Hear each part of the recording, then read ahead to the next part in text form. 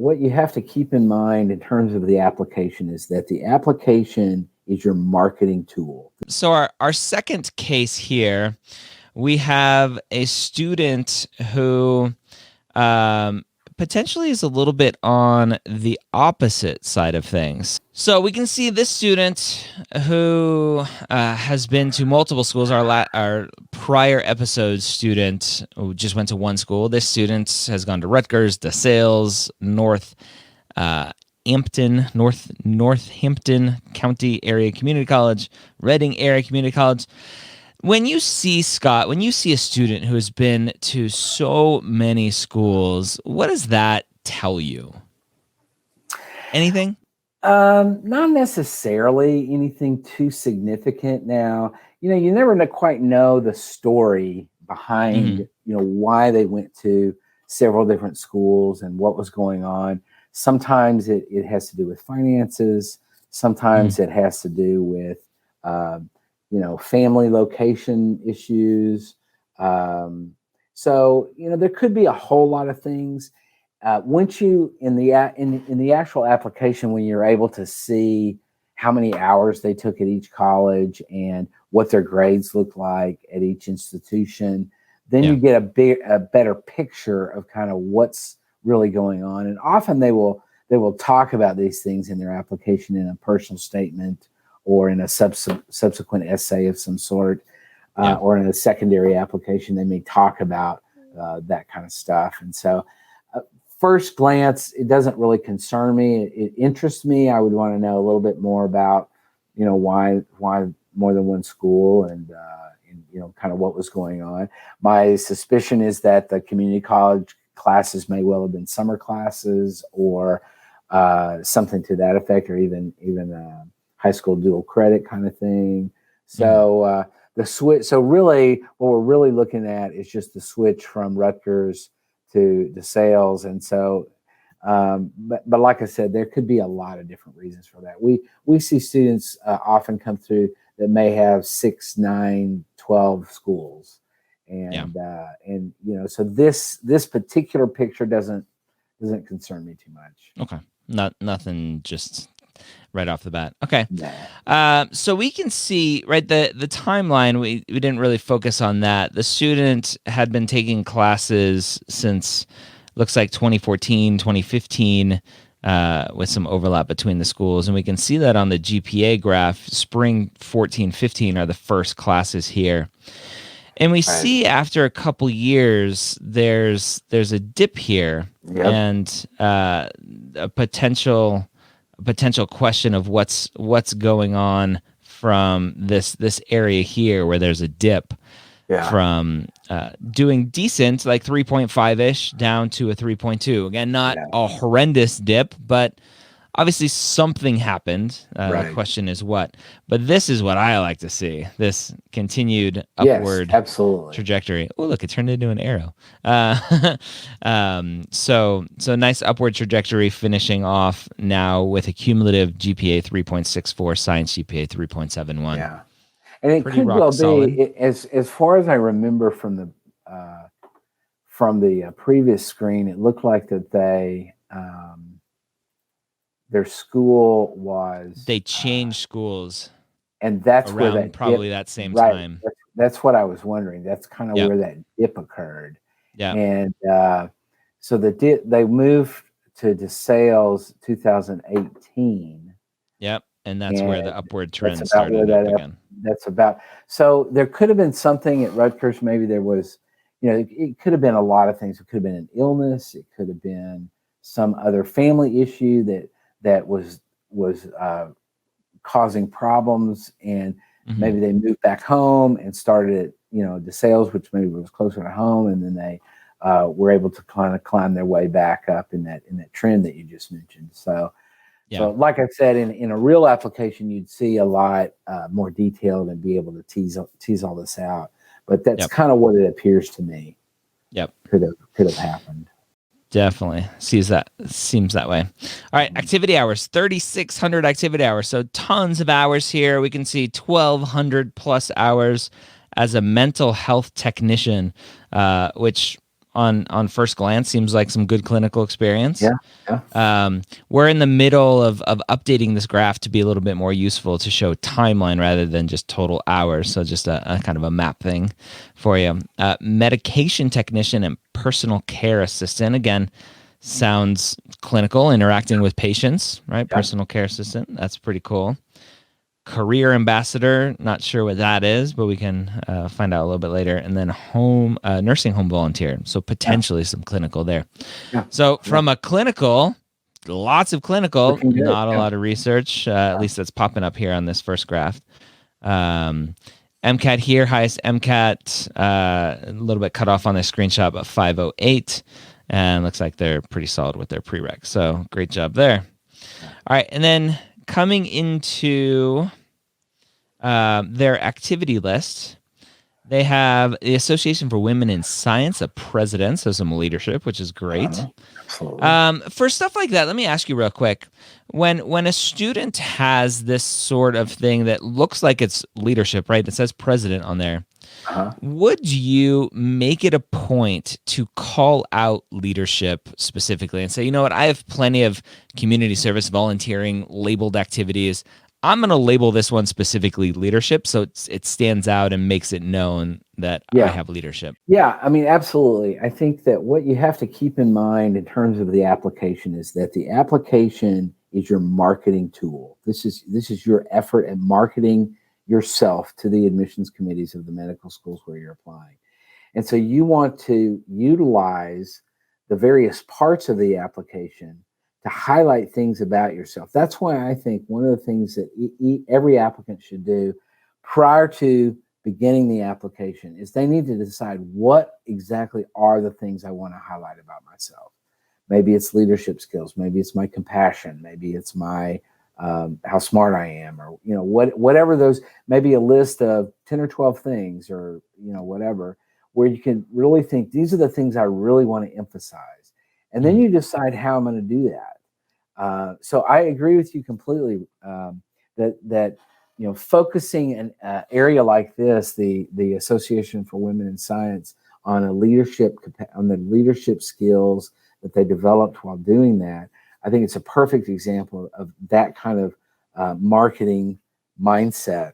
And a lot of pre-med students hate that idea of marketing themselves. It sounds kind of, they say it sounds manipulative or icky or dirty. Yeah. But it's not. I mean, this is what you need to consider. This is your application. It is a marketing tool, and you need to think very carefully about that. Yeah. And I think there's a difference, obviously, between making sure that you're highlighting the different aspects of you and overselling the different traits that you think you have. Like, look how amazing I am with my blah, blah, blah. So exactly. A little bit different there. Baking. I love having hobbies on the application to show a little bit who you are. It makes you three-dimensional. It makes you a three-dimensional person. Yep. I'm glad they put that on there. I would have to put eating the baked goods. That would be my Yes. Exercise right next to baking, so I can burn off all those calories. Medication technician and personal care assistant. I think pretty much for a fact that the student is still doing that. So that's a little bit active. So lots of hours there. The mental health technician, 1,200 hours from the past. So it looks like potentially that shift probably change in jobs when they actually change universities potentially too. The nursing home volunteer. So really right off the bat, like tons of clinical experience. The one thing I don't see on this list, and I don't know if we have another shot. Oh yeah, we have some more here. Perfect. So we have some more here. Research assistant. Right. So we have some research. Great. We have shadowing. Great. This student seems pretty well-rounded with everything. Great. Obviously, I would love to see some updated shadowing hours, but again, right now it's a little bit hard. Yeah, it looks like they're working, and so it might be tough because of that. Yeah. So pretty decent stats, really good activities. We got our practice scores here. It's fun inside a map to, and we can gather a lot of this data and put it out too for students is really seeing what they're doing on the different practice tests. Mhm. So the free half-length diagnostic, that 496, and then a huge jump up after some Couple of months studying later. to the that 508. So Yeah. hopefully that trend continues and the Mhm. student crushes the real deal. Yeah, absolutely. All right, and then moving on, our med school list here. The student, obviously, we had some Northeast schools at Rutgers and stuff, so it looks like they want to stay, at least In from the this initial Northeast. list, in the Northeast. Yeah. So some DO school or ADO schools, several MD schools, some public schools, private schools. Yeah, I think the next screen even shows more, a few more DO schools. Yep, there's some more DO schools there. Yeah, and I like this mix of schools. It appears that there's a lot of schools that they're applying for in New Jersey and Pennsylvania, so they may well be a resident of one of those two states. Yep. And I like that there's a mix of MD and DO because I think there's a recognition here that they're willing to go. They want to be a doctor. Yep. And so they're willing to go wherever they need to go to be a doctor. Yeah. And that to me comes across as a real commitment to making this happen. Yeah. And I like the grouping of schools. It shows there's not any like real far out reach type schools. I mean, they're not applying to Penn. They're not applying to Columbia or some of the really top schools, because I think it seems like there's a recognition that the GPA and MCAT are just not going to match that. But I like the set of schools. I think this student is looking in the right kind of area for schools, both in terms of geography, but also the right types of schools. So let's talk about that a little bit, because that generally the advice that I give for students is to ignore GPA and MCAT when picking schools. Right? For a student like this, if Columbia, like the mission or vision of Columbia just completely fits with the student and they'd be an amazing student there based on their experiences and what they want out of their career, apply. Yeah, right? Absolutely. I think if all they had was Harvard, Columbia, Penn, then obviously every medical school is competitive to get into. Sure. And then there are these super, super competitive schools. Right. But yeah, I think in my mind, students focus too much only on, am I competitive stat wise? And they don't let everything else make or break the application to a school. Yeah. I think that for most students, this isn't the case for all students, but for the vast majority of students, what's going to really dictate how many schools and what schools they apply to is money. Yep. It's very expensive. And if they come down to saying, I'd really love to apply to Harvard and Columbia and Cornell and whatever, but I can't do that and these other schools in my home state that I really feel like I have a much better chance at, then that's going to dictate something. And so I think for right or wrong, good or bad, that's kind of how things play out. I think we've mentioned before the average number of schools that students apply to, I think was 17 is my recollection. Is that right? No, it's up higher now. 17, I think, for MD. Yeah. And then 9 or 10, I think, for DO. Yeah. I haven't looked at those stats in a little bit, but yeah. But I think it really all comes down to how much cash have you got, and if you're able to apply, how many schools can you apply to realistically, and with the available funds that you have. Yeah. So. Which I think a lot of students, especially right now, right, with the world's largest civil rights movement that we're undergoing right now, I think we're having a recognition of the fact that if it's about funds, then we're leaving out a huge portion of students who maybe could be applying to schools that they would be amazing at, but they can't afford to.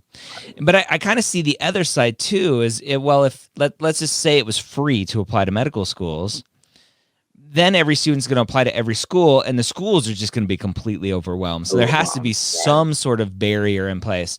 And let me put it out there, right? Not necessarily for am I ready, but a lot of schools are very flexible. If you email them and say, hey, I didn't qualify for FAP because of XYZ, but I would really love to apply to your school. I just don't have the extra money to cover your secondary fee. A lot of schools are very flexible with waiving secondary fees. Yeah. No, you're exactly right. Yeah. Ask. It does not hurt to ask. Yeah, all right. So, yes, moving on here. So we have even some more schools here, some more Philadelphia schools, Pennsylvania schools. So yeah, definitely a Pennsylvania, New Jersey girl or boy, person. MCAT information. Prepping for the MCAT currently. Target date January 2021. Realistically shooting for a 514. That would be a solid score. Yeah, absolutely. Yeah, absolutely. Awesome. Some other activity information. Haven't done shadowing since 2019, which is what I mentioned, right? Some more recent shadowing. Been participating in online shadowing. Great. Had other shadowing experience set up for summer that fell through. I wonder why. Yeah. Any red flags? So we got those 6 or 7 C's, C pluses on the transcript. And so that's where we saw that little bit of a dip. I'm surprised, even with that many C's, that the GPA held out pretty well, which tells me outside of those grades, outside of those C's, that the rest of her grades are probably pretty solid. Yeah, absolutely. I think you're right. And, I think this is the kind of thing where if that trend is real and it appears that it is the trend, the GPA trend upward, and if the MCAT score seems to be pretty strong in the 510 to 514 area, then I wouldn't worry about the C's. I think that they've shown that they have recovered whatever happened. They've shown that they have recovered from that and are continuing to improve. Yeah. I have this weird twisted view of C's or D's or F's in that, especially with that recovery, those actually help show who you are as a person, as a student, to show that you had some adversity at some point, whether it was something outside of school that caused those issues or you just really struggled in those classes. But you have shown some resilience and bounced back GPA-wise and didn't just give up. And so my assumption is that when you struggle in medical school, because you will, because everyone struggles in medical school, that you're probably going to be okay. Versus a student who 4.0 all the way through, and maybe they're just a stellar student, but what happens when they trip up for the first time in medical school? How are they going to recover from that? Right. That's an excellent point. Excellent point. And what they're going to be looking for is resilience. Is that issue of can they bounce back? Yep.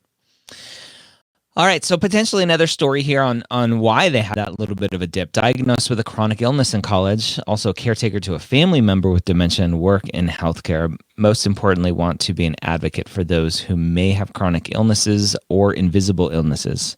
Also, I've worked in animal behavioral research for 3 years now with rats and mice. So one of those common stories. Yeah. So I think this is really what answers what we were wondering about earlier. Seems like they were at Rutgers, diagnosed with a chronic illness, probably came home to Pennsylvania to go back to school, and is increasingly got better. As in the course of sounds like a chronic, has been able to deal and discover how to deal with a chronic illness. So, and again, that really addresses the issue of resilience that you mentioned. This addresses the perseverance through difficult times, and really does say a lot about their character, I think, in a lot of ways that is really important. So, I suspect that they would be talking about this kind of thing in their essays in the application in secondaries in terms of adversity and things that had happened and kind of telling the story of their journey. So, but yeah.